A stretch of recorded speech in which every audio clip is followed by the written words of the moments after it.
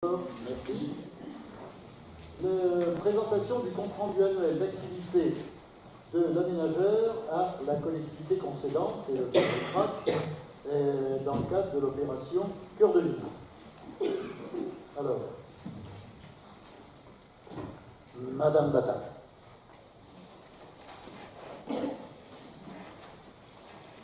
Monsieur le maire, en fait, vous nous proposez de prendre acte du CRAC, qui est le bilan annuel d'activité de l'aménageur du centre-ville, dans le cadre de l'opération Cœur de Ville à Châtillon pour la période du 1er avril 2017 au 31 mars 2018. Alors, comme vous, nous ne pouvons que déplorer la réception chaque année un petit peu plus tardive de ce document. Déjà l'année dernière, ce document, qui fait état d'une situation à fin mars, vous avait été présenté lors du conseil municipal du 1er décembre 2017. Aujourd'hui, vous émettez des réserves et nous souhaiterions savoir quelles sont vos réserves. Vous semblez avoir découvert le 15 novembre 2018, donc à date de réception de ce bilan, un écart très important de mètres carrés, presque 1000 mètres carrés, pour la construction d'un ensemble résidentiel à usage de résidences étudiantes et de commerce à l'angle de l'avenue de Verdun et du boulevard de Vanves, entre le bilan qui a été validé le 1er décembre 2017 pour la période du 1er avril 2016 au 31 mars 2017 pour être précis, et celui qui nous est présenté aujourd'hui. En effet, toujours concernant cette résidence étudiante, le compte-rendu de l'aménageur de 2017 annonce la construction de 3780 mètres carrés surface plancher, alors que le bilan que l'on examine ce soir annonce 4945 mètres carrés de plancher. Cela correspond à plus de 1000 mètres carrés de construction supplémentaire. Alors mes chers collègues, j'attire votre attention sur le point suivant. Ce différentiel de construction de 30% ne peut pas être une surprise pour vous, monsieur le maire, puisque le 26 septembre 2018, vous avez accordé un permis de construire à Bouygues sur une surface de plancher de 4945 mètres carrés. J'ai du mal à imaginer que le promoteur ne vous ait pas averti avant et qu'il ait modifié de lui-même ces chiffres sur le nouveau CRAC sans votre autorisation. Ou alors ça serait très très grave, ça voudrait dire que c'est le promoteur qui a la main. Vous semblez donc découvrir cet écart de superficie de construction et vous émettez des réserves. Alors moi je me demande pourquoi vous n'avez pas émis de réserve avant de délivrer le permis de construire le 26 septembre 2018. Je tiens également à préciser que des riverains ont formulé, comme vous le savez en novembre, un recours gracieux pour demander l'annulation de ce permis de construire. Immeuble de 10 étages. J'ai un visuel et je le fais passer à qui veut d'ailleurs. Ce recours porte précisément sur l'augmentation de surface en étage élevé, un R+10, et sur l'insuffisance de places de parking. En effet, concernant toujours cette résidence, vous avez accordé une dérogation pour le nombre de places de parking en sous-sol, rapportant de 93 à 43 le nombre de places. Alors, là encore, on se demande pourquoi 43 places. On est en pleine zone rouge. Pourquoi ne pas profiter, par exemple, de faire des places de stationnement supplémentaires, éventuellement d'envisager un étage supplémentaire de parking public. Monsieur le maire, sérieusement, c'est encore une fois la démonstration que vos engagements auprès des promoteurs sont souvent évolutifs. Cette situation nous pousse encore davantage à émettre des doutes sur le projet Onera. Donc on voudrait savoir quelles sont vos réserves, pourquoi est-ce que le permis de construire a pris 1000 mètres carrés, et j'étais ce matin à Hauts-de-Seine Habitat qui doit racheter en fait à Bouygues ce projet immobilier, qui est un programme de résidence étudiante, et alors là je me suis aperçue que Hauts-de-Seine Habitat n'est absolument pas au courant qu'il y a eu un permis de construire qui a été délivré de 4945 mètres carrés. Non, absolument pas. Vous pouvez rire, mais malheureusement, ça, voilà, si ce n'était pas si triste, ça serait évidemment risible. Mais là, cet écart de 1000 mètres carrés, il faut absolument que vous nous l'expliquiez parce que je ne le comprends pas. Est-ce que je peux diffuser là? Parce que personne n'est au courant, peut-être que c'est intéressant de savoir. Il n'a rien à cacher. Oui, bien sûr. Monsieur voulait. Il n'a rien à cacher. Oui, bien sûr. Monsieur Boulet. Et puis je demandais à un représentant de l'aménageur, donc M. Zerbi, qui est présent, nous donnera des explications complémentaires. Monsieur Boulet. Les réserves portées sur les écarts entre les prix de l'IOD par rapport au crack 2017 et celui de 2018. Donc pas sur les millimètres carrés, puisque ça a fait l'objet de la délivrance d'un permis de construire. Donc on attend les réponses compte tenu du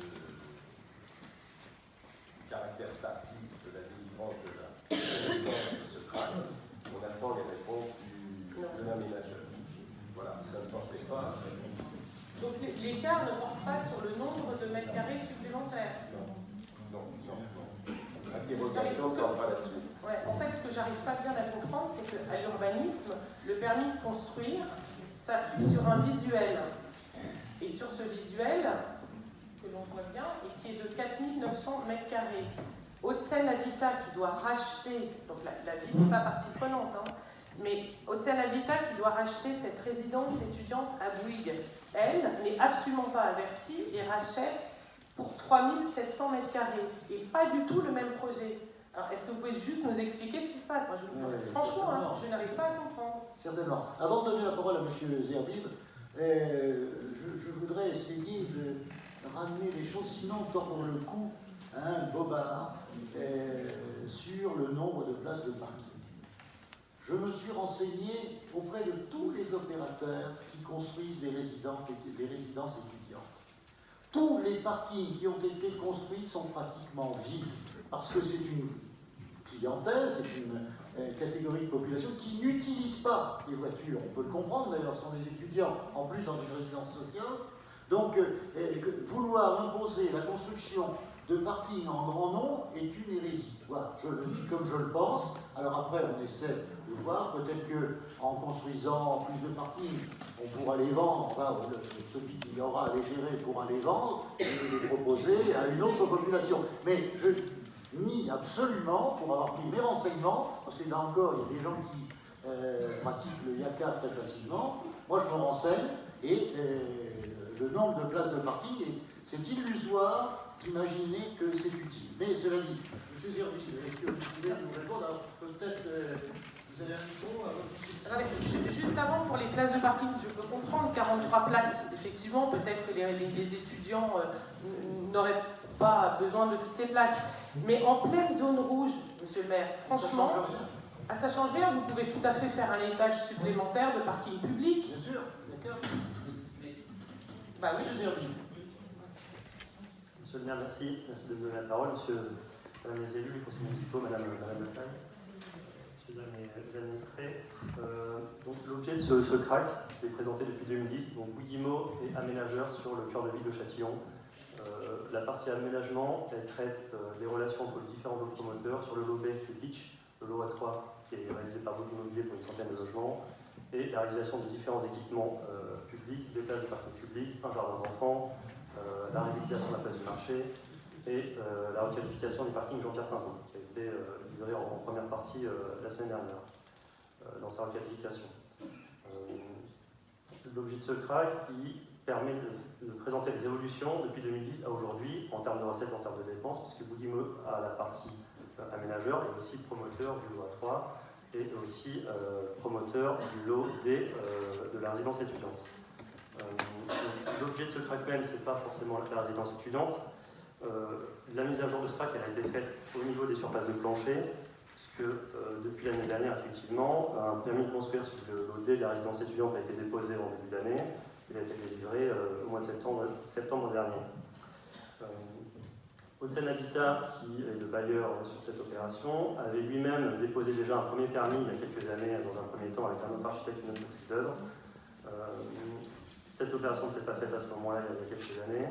Bouyguimo, qui est en charge de l'aménagement de cette zone, doit réaliser dans le traité de concession d'aménagement un pourcentage de 25% de logements sociaux au titre de l'intégralité des lots de la ZAC.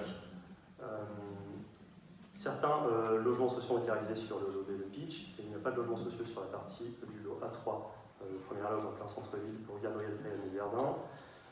Ceci étant fait, comme le lot D est le dernier lot de la ZAC, l'EPF est aujourd'hui titré sur cette parcelle, les PIF. Les PIF a fait une DUP, une déclaration d'utilité publique, pour exproprier la personne qui était dans cette maison, la petite maison que vous voyez à l'angle de Verdun. Le propriétaire a été exproprié et est parti en août 2017.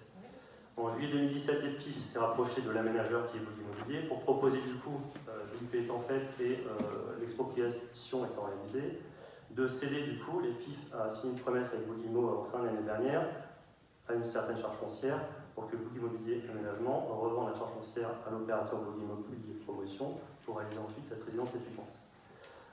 Tout ça s'est fait en concert avec Hauts-de-Seine Habitat. Je ne sais pas d'où sont vos sources chez Hauts-de-Seine Habitat, mais ils sont parfaitement au fait au courant de la réalisation de ce projet dans cette volumétrie avec ce nombre de chambres, puisque cette opération va consister en 185 chambres étudiantes à vocation sociale, qui représenteront un petit peu plus des 25% de la part sociale qui va être réalisée sur ce cœur de ville d'aménagement. Alors pour parfaire votre information, Hauts-de-Seine Habitat est parfaitement au fait de cela, puisque demain matin à 10h sera signé le contrat de réservation entre Bouygues Immobilier et Hauts-de-Seine Habitat sur cette résidence étudiante. Demain matin à 10h. Vous avez fait quoi ce matin? On a acté le fait que Hauts-de-Seine Habitat rachèterait à Bouygues Immobilier la résidence étudiante. Oui. Alors le contrat de réservation préliminaire, puisque aujourd'hui le permis de construire est... On est absolument d'accord sur le fait qu'il y ait 185 logements, que la concentration des 25% se fasse sur ce programme. Ça là-dessus, il n'y a aucun souci. Ce qui nous inquiète, c'est le nombre de mètres carrés qui a subitement augmenté de 1000 mètres carrés. Alors sur ces 1000 mètres carrés, ce n'est pas vraiment 1000 mètres carrés de surface de plancher de logement, parce qu'il y a 200 mètres carrés de commerce qui n'était pas prévu initialement dans la programmation. Aujourd'hui, le CRAC de l'année dernière portait sur 4100 mètres carrés de SDP au global. Aujourd'hui, l'évolution sur les SDP logement est globalement de 600 mètres carrés de SDP. Cette évolution se traduit notamment par le fait qu'il faille réaliser des poches de stationnement sous-sol. Le programme ne comportait aucune place de stationnement initialement sur cette opération.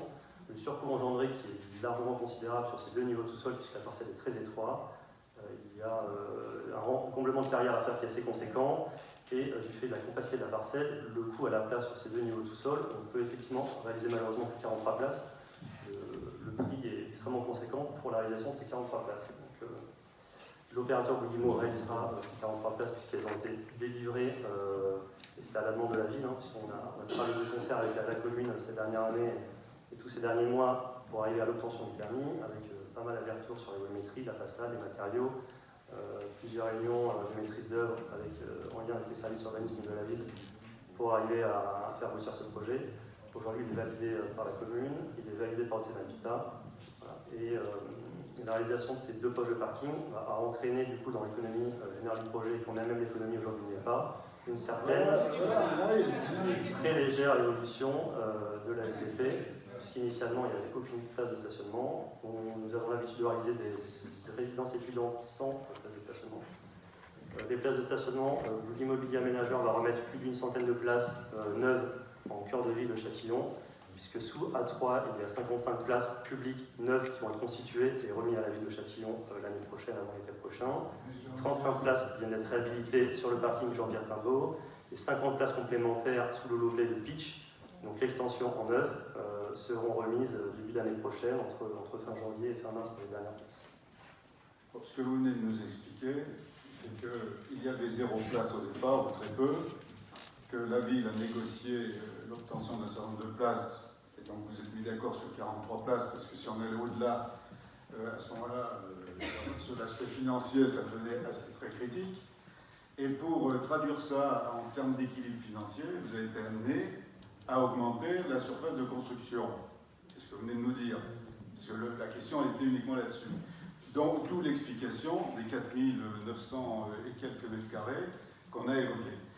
Ensuite, quand on regarde, parce que là on a un dessin, on a un croquis, quand on regarde un croquis du mois de juin, il n'y avait pas les étages supplémentaires. Et au mois de septembre, on voit arriver des étages supplémentaires. Alors moi, personnellement, sur ce projet, le seul croquis que j'ai vu une fois, c'était un R+6. Je n'ai jamais vu un seul croquis sur cette affaire. C'est la première fois.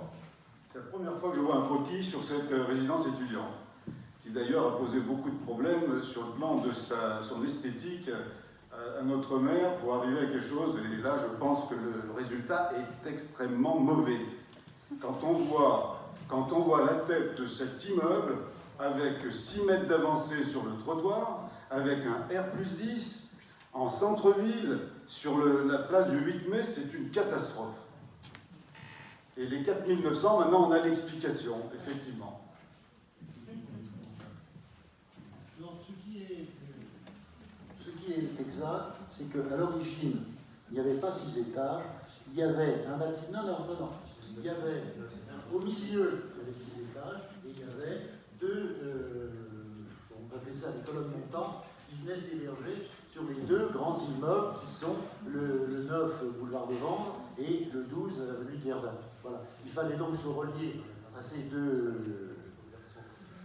monstres importants. Alors ça, c'était à l'origine. Et effectivement, là, c'est vrai que ça s'est rempli, et ça s'est rempli pour une contrainte économique avec l'histoire des parkings. C'est vrai que je ne suis pas à l'aise sur cette histoire de parking. Mais je rajouterais, Jean-Pierre, quand effectivement j'avais vu que les chiffres étaient faux en plus sur le crack. C'est-à-dire que les 3 millions, il y a 3 millions. Mais en mettant ces chiffres, vous arrivez à un équilibre de 23 millions de dépenses, 23 millions de recettes. Si on prend vraiment les chiffres de 4900 et qu'on multiplie par pour l'aménageur, hein, on obtient presque 4 millions. Donc ça veut dire que vous serez bénéficiaire d'1 million si on fait le calcul tel qu'il est précisé dans votre document. Monsieur Gervais. C'est bon, c'est allumé? C'est allumé? Bon, parfait. Je vous remercie pour votre intervention, monsieur, votre question. Alors, le bilan aménageur, c'est un bilan qui s'équilibre. On équilibre toujours les dépenses et les recettes sur un bilan aménageur. Ce que je peux vous citer, c'est que depuis le traité de concession en mars 2010, nous devions remettre à la commune des aménagements, un parking public et des VRD à la reprise de travaux, à la reprise de voirie pour 2 millions dans 2000 euros. Aujourd'hui, en mars 2018, Bouygues Immobilier Aménageur remettra à la ville des participations qui auront doublé, puisqu'on remettra plus de 4 480 000 euros, donc quasiment le double de participation en termes de parking public, d'aménagement paysager, d'aménagement urbain et de requalification de ces différents espaces. Je veux simplement dire, excusez-moi, il y a un document à la page 8. Document de la page 8. Quand vous prenez les chiffres à droite, notamment sur l'ILOD, vous avez 3 074 000. Si vous faites la somme de tout ça, vous arrivez à 23 758 qui correspond à vos dépenses de 23 758. Maintenant, si on prend purement vos équations, c'est-à-dire 4 767 m² et les commerces, qu'on multiplie par 748 euros, on obtient au moins 3 millions 6, 3 millions 7. Ça veut dire que là, l'équilibre, on n'est plus en équilibre. Vous êtes en équilibre positif pour vous, déjà de 600 000.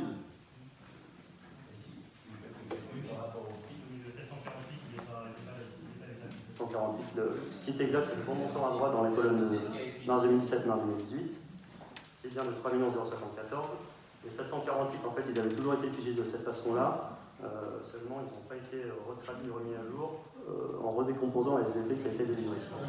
Mais en tout cas, ce que je peux vous dire, c'est que la charge foncière du lot D, elle a été traduite, c'est un jugement qui a été, un jugement d'expropriation, une valeur qui a été traduite par l'EPF. Bouygues Immobilier va racheter cette valeur à l'EPF pour une valeur un petit peu moindre que ce qui était prévu dans le bilan. Oui, parce qu'effectivement, c'était plus de 2 millions et le dernier jugement du tribunal, je crois, l'a jugé à 1,6 million ou 1,7 million de mémoire. Donc là aussi, il y a moins de dépenses. Oui. Alors, il y a moins de dépenses, mais il y a aussi il y a moins de dépenses d'un côté, il y a plus de dépenses de l'autre, parce qu'un bilan d'aménagement, ça s'équilibre. Le surcoût de ces parkings publics, je vous communiquerai si vous souhaitez, mais il est largement bien supérieur à la diminution du poste foncier qui a été établie par l'EPIF. Alors, j'ai juste une autre question. Qu'est-ce qui justifie, parce que j'ai perdu le fil de de passer de 475 € du mètre carré lorsqu'on fait du social à 748 € sur cette résidence étudiante. Qui est un social, plein social acheté par Hauts-de-Seine Habitat. En fait, c'est Et 748. les 9 logements sociaux que vous avez fait avec Pitch, vous les avez fait à 475. Cette traduction de SDP de logements sociaux n'est pas vraiment exacte, puisqu'elle inclut aussi une part de participation, puisque les participations, donc les 4,5 millions de participations qui vont être remis à la ville, sont réparties sur différentes charges, promoteurs, le lot A3, le lot B, et également le lot D de la résidence étudiante. Donc, sur le numéraire de la résidence étudiante, il y a une part de social, mais il y a aussi une part de participation qui comprend les 4 480 qui seront remis à la ville. Donc c'est cette traduction qui est faite. Mais la taille moyenne des logements, elle est de 20 ou 25 parce que ça dépend. Une vingtaine de mètres carrés, entre 19 et 20 mètres carrés. Mais c'était déjà le cas quand c'était à 3700 mètres carrés. Donc, est-ce qu'il y a des mètres carrés supplémentaires? Les 600 ou 1000, entre 600 et 1000 mètres carrés, ils sont servent à quoi? Il n'y a pas plus de logements. Il y a 185 chambres aujourd'hui, avec un logement gardien, ça va 184 chambres et un logement gardien. Oui, mais c'était pas Des mal. commerçants à 3700. Non, il n'y avait pas autant de chambres à 3700. C'est impossible, techniquement c'est impossible. Il n'y a pas eu de changement. Non, il n'y a eu aucun changement. Et de quel projet vous parlez, le projet initial? Parce que le projet a évolué depuis 5-6 ans, il a Non, évolué. celui du mois de juin. C'est passé au mois de juin. Entre janvier, on a déposé le permis, juin et septembre, il y a l'urgence. C'est passé certains événements où on a amélioré le projet, réalisé le niveau de sous-sol qui n'était pas prévu. Voilà. Le 26 juin, Hauts-de-Seine Habitat envisageait d'acquérir en VEFA 183 logements. Le 20 décembre, il envisage toujours d'en acquérir 183 ou 185. Mais il y a 1000 mètres carrés de différence. Et ils sont toujours de 20 mètres carrés. Moi, j'arrive pas à comprendre où sont ces 1000 mètres carrés. Je peux vous assurer qu'il y a 185 chambres à 20 mètres carrés de chambres. Ça représente globalement les 4600 mètres carrés SDP, plus les 200 mètres carrés de commerce. Oui, mais ils y étaient déjà dans les 3700. Non, les 185 chambres ne peuvent pas être centralisées. On a vraiment une difficulté Ouais, à j'arrive savoir pas à comprendre. où sont servent à quoi ces 1000 mètres carrés qui sont arrivés entre juin et décembre, et puis on n'a pas d'explication. Donc je comprends les réserves de monsieur le maire, il y a un petit problème. Donc il y a un problème de ce niveau-là. Et puis moi je rejoins Jean-Claude et monsieur le maire. C'est vrai que ce bâtiment, dans la place principale du cœur de ville, est quand même monstrueux. Monstrueux, je ne sais pas. Je m'inquiète même que monsieur le maire laisse passer quelque chose comme ça. C'est quand même la place principale, c'est la place où nous faisons nos manifestations. Il y a déjà un gros problème de circulation dans ce carrefour. Enfin, c'est inimaginable. Donc je ne comprends pas. Je ne sais pas si mes collègues ne sont pas payés. Alors, déjà, sans les 1000 mètres carrés, c'était effrayant. Avec le UED, ça fait vraiment blocos. Je pense que ma collègue Agrovalise a dû un peu l'améliorer en mettant peut-être des balcons ou en faisant en variant les teintes et les couleurs. Mais sincèrement, je ne sais pas, peut-être mes collègues communistes.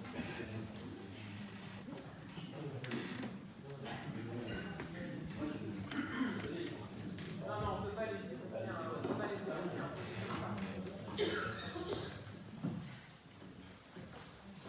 Ce qui est sûr, c'est qu'il y a une réalisation de cette opération en logement social. Aujourd'hui, les PIF portent le foncier.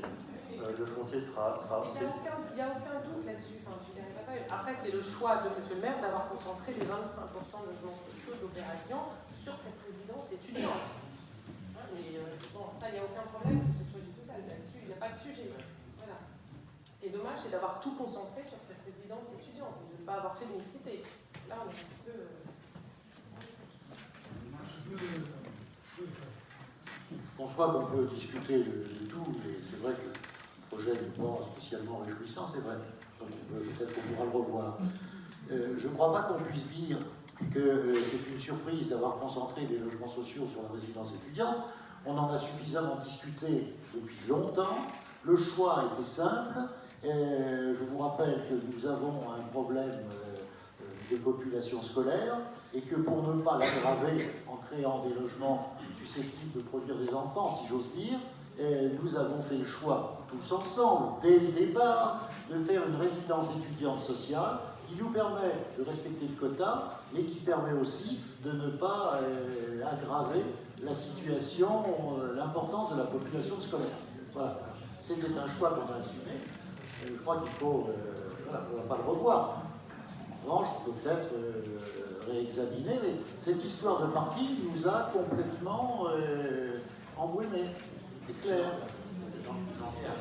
Le problème par rapport aux promoteurs, je pense que les promoteurs n'ont pas fait d'efforts sur les bâtiments qu'ils ont construits, parce que s'ils avaient concédé leurs 25% dans chaque bâtiment qu'ils avaient construit, on n'aurait pas de problème. Nous ne l'avons pas voulu. C'est un choix qu'on a fait tous ensemble à l'époque. Tous ensemble, pour ne pas aggraver la situation scolaire. Voilà. Et il faut respecter les quotas de logements sociaux. Dire les choses comme elles sont. Madame Azaz. Merci, monsieur le maire. Je vous remercie. C'est un sujet qui est un petit peu compliqué, simplement de manière vraiment préalable, et monsieur Zerbi ne le prenez absolument pas pour vous. Moi, je suis une républicaine qui suis extrêmement scrupuleuse en fait du mandat représentatif que nous donne la population. Je trouve ça vraiment choquant en fait que le promoteur soit ce soir à la table des élus pour nous expliquer un certain nombre de choses. Voilà, enfin, il y a un mandat de la population. Monsieur le maire, une seconde. Donc, pardon, ne dites pas n'importe quoi, il est à la table où il y a un micro. D'accord, non mais c'est pas. Non, mais c'est pas du tout la question que vous soyez. C'est que vous soyez là pour nous expliquer, si vous voulez, un projet, là où la population qui est présente au conseil municipal vote pour des élus qui sont quand même censés à un moment donné maîtriser ce que M. Zerbi est en train d'expliquer. Donc voilà, je trouve ça vraiment choquant que ce soit le promoteur qui soit ce soir obligé de défendre un projet qui est présenté par la majorité. Je vous le dis très tranquillement, je trouve ça vraiment scandaleux. Ne vous énervez pas. Je ne m'énerve pas, monsieur le maire. Ne gérez pas la situation. Il est normal. Non, pardon. Il est normal. Pas au conseil municipal, monsieur le maire. Vous me permettez de dire deux mots quand même?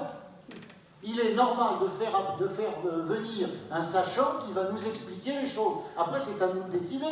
Monsieur le maire, pas au conseil municipal, vous avez des groupes de travail, vous avez des commissions pré-conseil municipal où il peut y avoir effectivement ce type de questions qui sont débattues. Qu'est-ce qui vous gêne pour en conseil municipal, monsieur le maire, c'est un mélange des genres, enfin, la population est là, hein. Absolument. C'est un mélange des genres. Ils donnent mandat, ils votent pour une majorité, monsieur le maire. Vous avez gagné les élections, c'est à vous de répondre à ce type de questions, c'est pas au promoteur de le.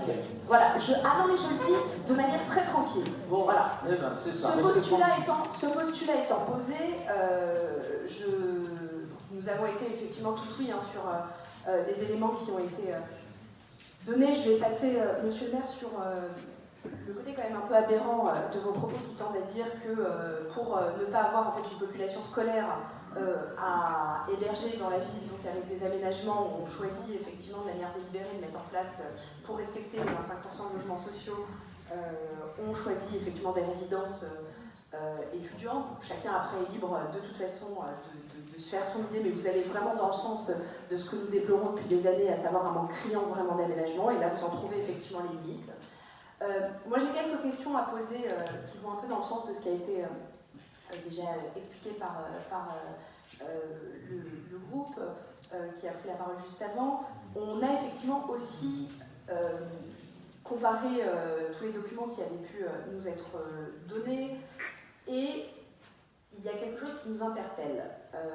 Page 8 du rapport, M. Carpel en faisait état, la crèche de 492 mètres carrés, qui va intéresser là encore les Châtillonnais pour la question de la garde de petite enfance, qui était prévue initialement, est devenue un jardin d'enfants de 247 ou 279 mètres carrés. On n'arrive pas à lire correctement. On a également noté que le programme immobilier Première Loge passait de 97 logements à 100 logements, par un permis modificatif qui a été évoqué tout à l'heure, délivré en novembre 2016. Et donc, avec la création de 3 nouveaux logements au rez-de-chaussée avec jardin. Les photos sont d'ailleurs affichées sur le chantier. Alors, est-ce qu'il y a une corrélation? C'est la première question. On note que le compte-rendu d'activité de l'année 2017 de l'EPF, qui a été voté en septembre dernier, indiquait là encore la réalisation d'une crèche, 45 persos, dans le cadre des grands éléments du programme déclaré d'utilité publique. Mais la crèche ne figure pas dans les équipements publics à réaliser dans le cadre de la concession d'aménagement du cœur de ville. Là encore, il y a effectivement une contradiction.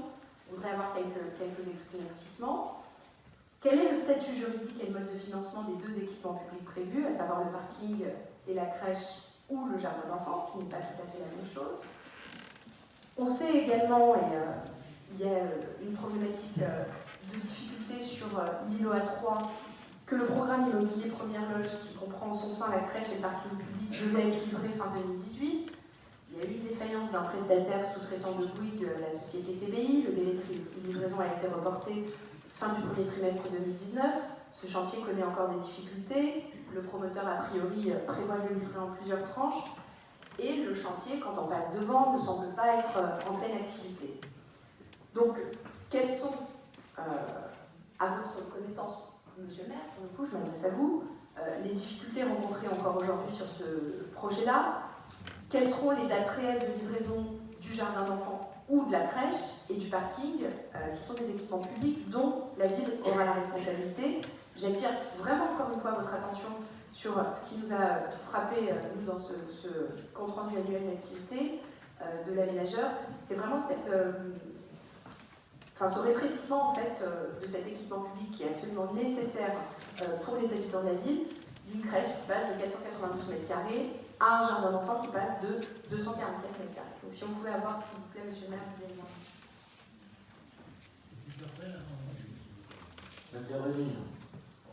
Juste sur la crèche, le seul point que je donnerais, c'est la crèche initiale de 400 et quelques mètres carrés était une crèche privée. Donc qui allait être vendue au privé, etc. Voilà, à l'époque, je me suis vraiment battu pour obtenir un équipement public pour la ville et que l'aménageur fasse un effort supplémentaire pour nous mettre à disposition cet équipement. Bon, j'aurais souhaité, je le dis encore une fois, que ça aille plus loin, qu'on ait bien les 450 mètres carrés et qu'elles deviennent publiques. Ça a été une bataille de chiffonnier pour obtenir les 270 mètres carrés du jardin public. Et c'est pour ça qu'on a maintenant un jardin public, mais qui appartiendra à la ville et qui sera géré par la ville. Un jardin d'enfants, excusez-moi. Excusez-moi, c'est jardin d'enfants, excusez-moi. Merci. Bien, je crois que, écoutez, on a fait le tour. Monsieur Zerbi, vous voulez rajouter? Non, merci. Ben, si vous avez des éléments complémentaires, oui. Je peux juste répondre si vous le souhaitez. En fait, ce jardin d'enfants a été validé en bureau municipal en mai 2016.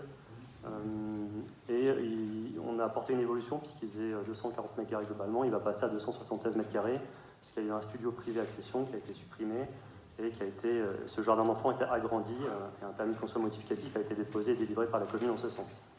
Donc, le promoteur a effectivement agrandi ce local pour remettre à la ville en gestion directe cet équipement complémentaire qui n'était pas prévu initialement dans toutes les concessions de mars 2010. Merci. Et sur le calendrier de livraison? Alors, sur le calendrier de livraison, pour les places de parking public, les 55 places de parking public, donc sous le A3, on s'oriente sur une livraison entre avril et mai.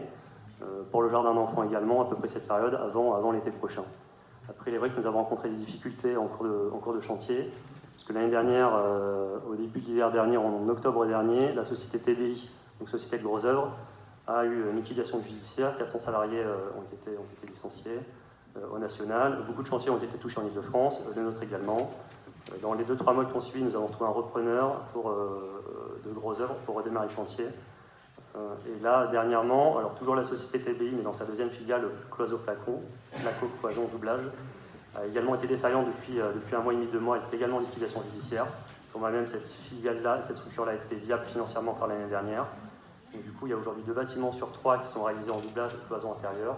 Le 3e bâtiment, nous avons signé le marché la semaine dernière avec les sous-traitants en direct pour poursuivre le chantier sur ce dernier bâtiment.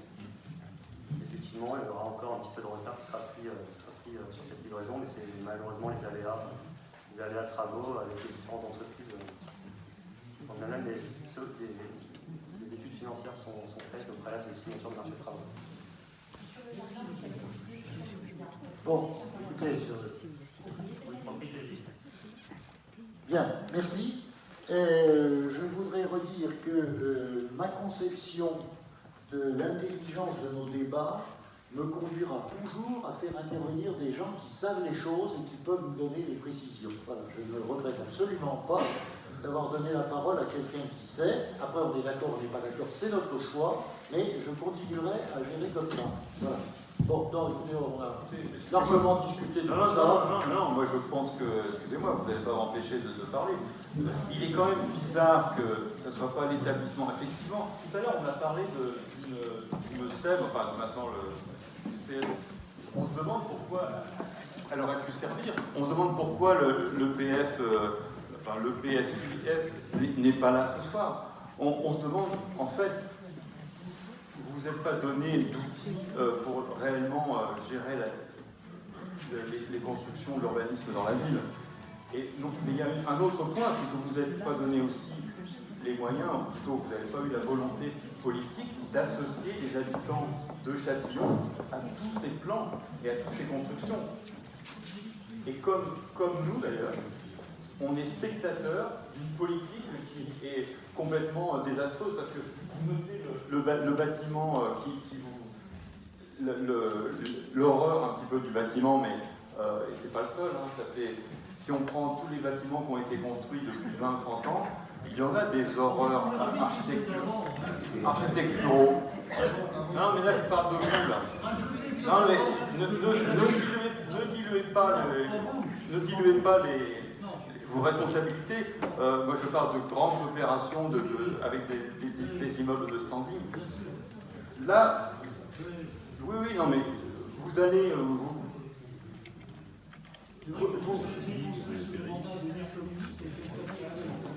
il n'avait pas construit autant que vous, il n'a pas choisi. D'ailleurs, à l'époque, il y avait des industries, il y avait plus d'emplois qu'aujourd'hui. Ah oui, ça c'est sûr.